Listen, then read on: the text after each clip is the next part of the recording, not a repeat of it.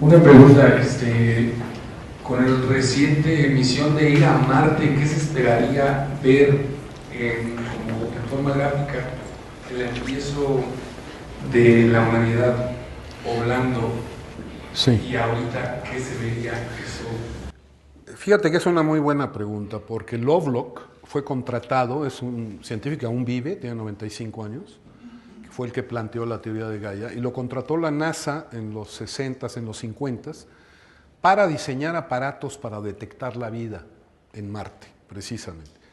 Y él decidió, bueno, ¿por qué volteó a ver a Marte? Primero voy a ver a la Tierra y ver qué características tiene. Y él vio precisamente que la Tierra presenta una atmósfera anómala. Es decir, si uno dejara si desapareciera la vida en la Tierra instantáneamente, la mezcla de gases sería el equilibrio químico preciso de estos gases. Y es completamente diferente.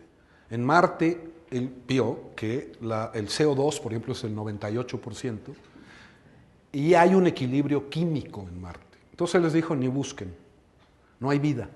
Y la idea entonces es que la vida no puede proceder, la idea de Lovelock y de Margulis, la vida no puede proceder en forma aislada, tiene que tomar e invadir a todo el planeta y autoorganizarse para hacerse sustentable. Marte cambia de temperatura del día a la noche 100 o 200 grados centígrados.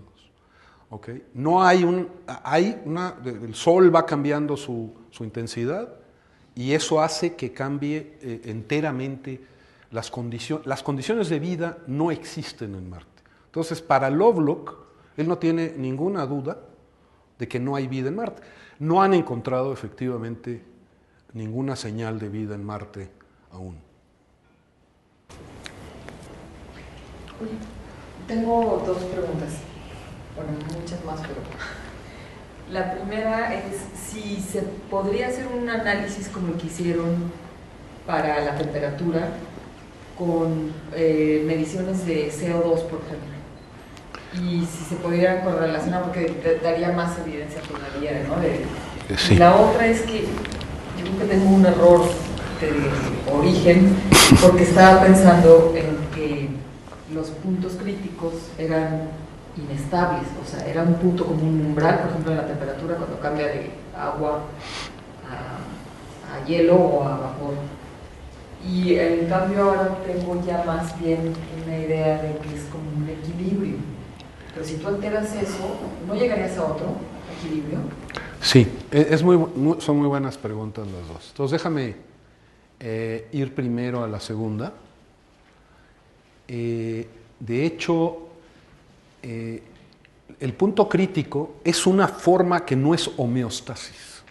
Si buscas en Wikipedia, que a mí ha ido mejorando su nivel de verdad, alostasis con doble L, vas a ver cuál es la diferencia. En alostasis el medio ambiente está cambiando profundamente y no es que llegues al mismo equilibrio, llegas a otro equilibrio, es un equilibrio dinámico, entonces no tienes, es muy cierto lo que dices, o sea, se trata no de un punto como un mínimo donde vuelvo y hay pequeñas fluctuaciones alrededor y vuelvo, como tratamos de mantener algunas características nuestras, sino una cosa más compleja. No es un punto, por ejemplo, el modelo de Ising, yo tengo a la temperatura como mi parámetro que puedo mover y no se va a ir, una barra de hierro no se va al punto crítico, punto.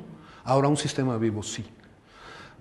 Debido a su competencia con otros organismos, etcétera, etcétera, hay nuestra hipótesis es que en ese caso camina hacia este equilibrio dinámico que se llama criticalidad. ¿Okay?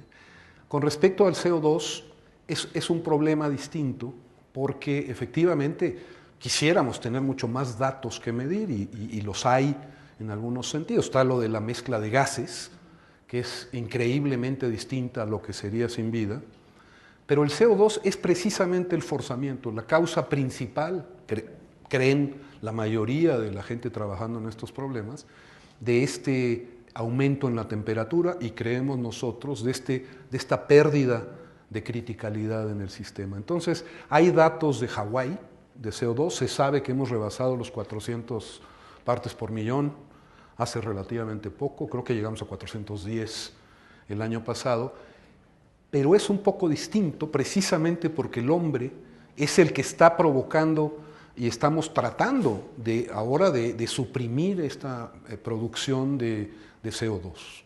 Mira, no tenemos resuelto en general qué es lo que tenemos que medir, ¿no? Por ejemplo, en la lombriz no había problema porque estábamos pensando en el corazón. El hecho de que se comporte precisamente en la misma forma que el corazón humano nos hizo reflexionar qué es su corazón. Lo que pasa es que nuestro corazón está en nuestro mar interior, nuestro sistema sanguíneo, mientras que las C. elegans viven en un mar de bacterias, que son su alimentación, y la bomba hace fluir estos nutrientes hacia su interior. Entonces es su corazón. Aunque sea un corazón primitivo, es su corazón. En general no tenemos respuesta clara para qué cosa es importante medir, particularmente cuando vemos un sistema como este, ¿no? ¿Qué medimos? Medimos el equilibrio de las especies, medimos la salinidad del agua, ¿qué medimos? Esto es como el problema de una orquesta. Por cierto, la música tiene también una serie de tiempo. Se puede convertir en una serie de tiempo y podemos ver que es una serie crítica.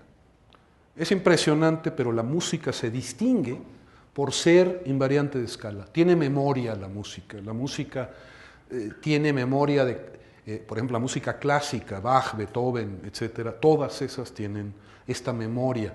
Pero, por ejemplo, si yo analizo una orquesta, ¿qué debo de mirar? ¿A la orquesta en su conjunto y escucharla, las notas? ¿O veo a los violines o a los oboes? ¿Qué es lo que veo? Entonces, no está resuelto el problema de qué señales medir, pero creemos que es posible identificar distintas señales, en la Tierra también, que nos hablen sobre el equilibrio o no de esta índole curiosa, que es la criticalidad y la invariancia de escala. Perdón.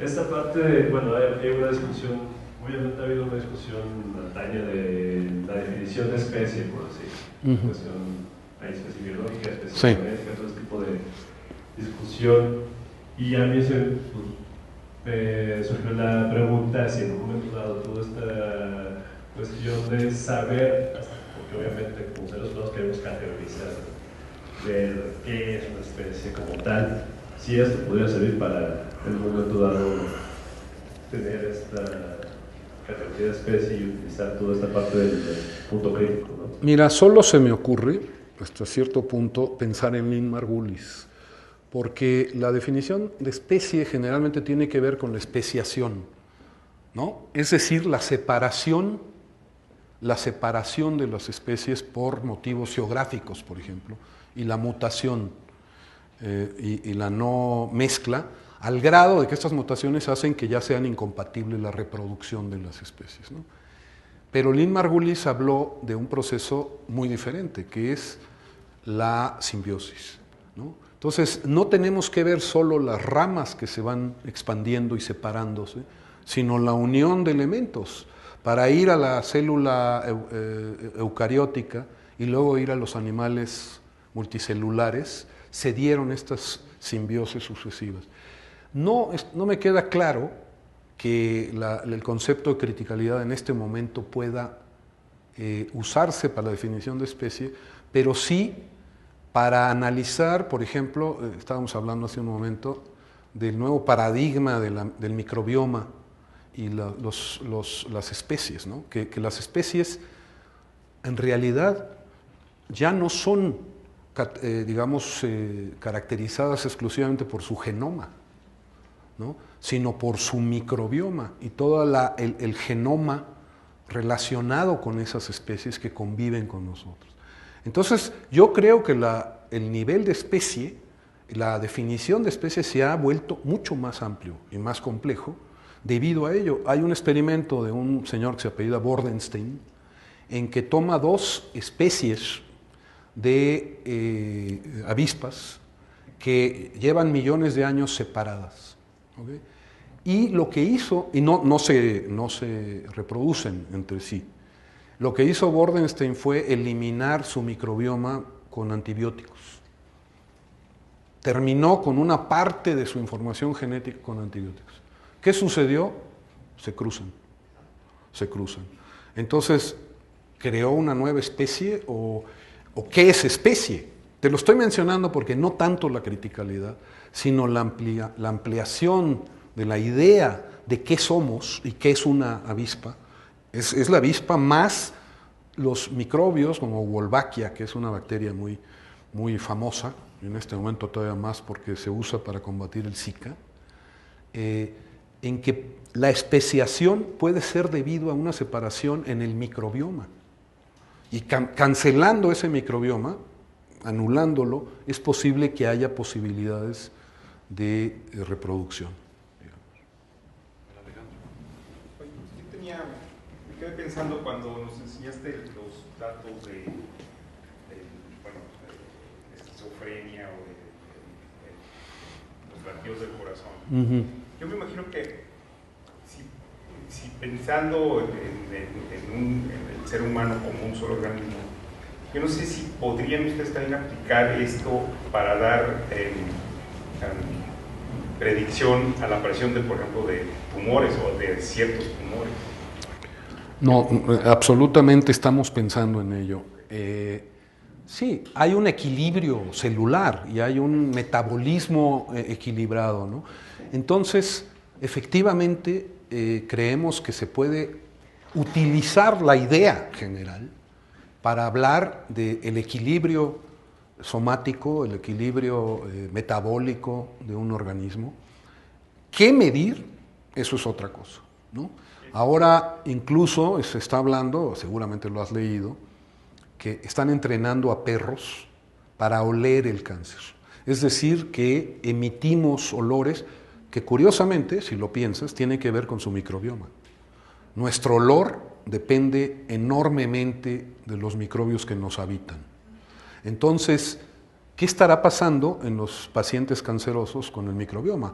Le llaman disbiosis al desequilibrio en ese contexto, o yéndote a algo más, digamos, con la visión clásica de nosotros, ¿qué mediciones podemos hacer de fluctuaciones en el cuerpo humano que nos indiquen un desequilibrio de esa índole o en las células o en algún otro aspecto? Yo tengo otra pregunta.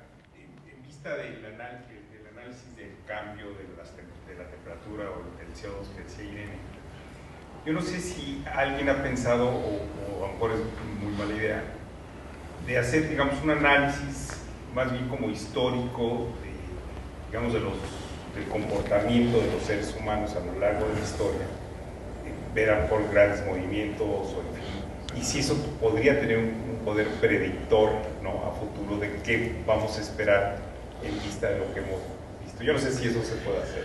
Mira, yo creo que la idea de la complejidad, las redes, las series de tiempo, la criticalidad, la invariancia de escala, tienen, como traté de indicar, aplicaciones en muchas ramas.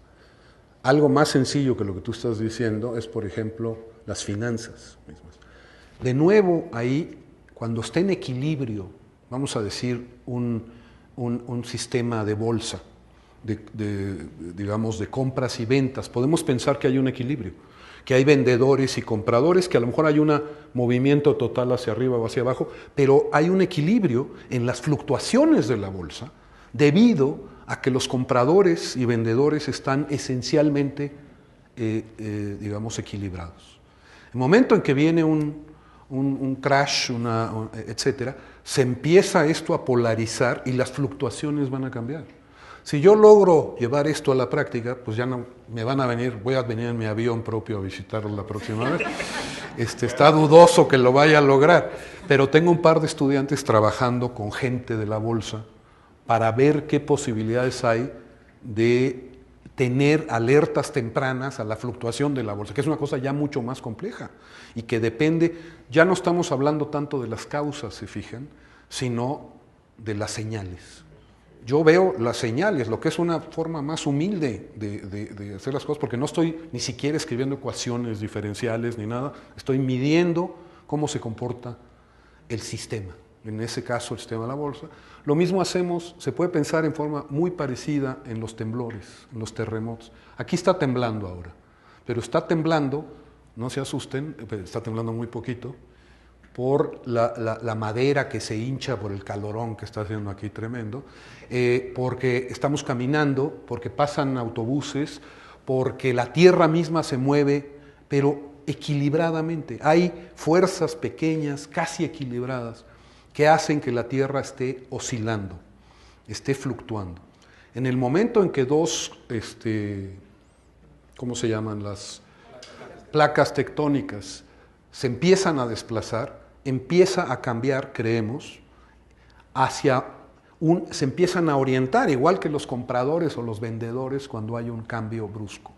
Si podemos detectar estas fluctuaciones 10 minutos antes, si es media hora antes, si son 10 segundos antes no nos va a servir de mucho. Eso es una alerta temprana impresionantemente importante. Entonces también estoy trabajando con un grupo ahora con los volcanes, el de Colima y el Popo, tratando de ver los eventos pasados con los sismógrafos, aunque hay otras señales. Ahí, por ejemplo, las señales electromagnéticas, las señales de gases radioactivos que hay, hasta las gallinas se ponen locas cuando va a haber una explosión o un terremoto. Se cree que es por las fluctuaciones que cambian electromagnéticas y que las detectan las aves, por eso se orientan muy bien cuando migran. ¿Y cómo la perciben? ¿Cómo lo perciben? ¿Quiénes? Las aves, no sabemos. Creemos que, por ejemplo, las mariposas monarca vienen desde Canadá. Muchas aves viajan 4.000, 5.000 kilómetros, siguen el campo magnético terrestre. Ahora, la manera precisa en que pueden detectar esto, hay varias teorías de cómo lo hacen, pero tienen receptores, han desarrollado a lo largo, como es una cuestión de supervivencia, si se quedan en el norte las mariposas, ahí se acaba la especie. Entonces tienen que viajar. ¿Cómo han ido desarrollando? Ese es el gran milagro de la evolución, ¿no? De la evolución ciega, que nos ha llevado a las distintas especies a desarrollar impresionantes instrumentos de medición.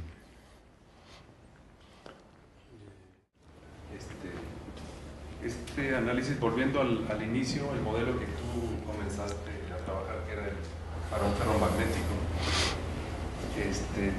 digamos, ya hay evidencias y estudios de que también sigue la misma ley para otro tipo de transiciones, digamos, no solo la temperatura de Curie, pero o temperatura de transición vítrea o alguna de estos. Sí, bueno, el tema de las transiciones de fase es fascinante. En la física, en la química, incluso en la biología, ¿no? De las transiciones de fase que ocurren en células y en membranas cuando ocurren cambios metabólicos, ¿no? Pero, digamos, la pregunta casi tiene que irse a hablar si son transiciones de fase de primer orden, de segundo orden, o de otros tipos que también se han descubierto en tiempos más recientes. Generalmente estoy hablando aquí de transiciones de fase de segundo orden, ¿okay? Que son continuas y que tienen estas características de llevar a una invariancia, a leyes digamos, de potencia y invariancias de escala. ¿Alguna otra pregunta por ahí? Pues si no, creo que querías explicar algo aquí. No, se los dejé para que me vuelvan a invitar porque este es un tema totalmente aparte y que me interesa mucho con la escuela de microbiología aquí o con el sector microbiológico o biológico hablar, pero pues esta idea de los ecosistemas y el microbioma y demás, que en el C3 estamos haciendo un esfuerzo grande por meternos a este tema, que como muchos dicen es un cambio de paradigma absoluto y que tiene consecuencias no solo a nivel fisiológico, sino también evolutivo.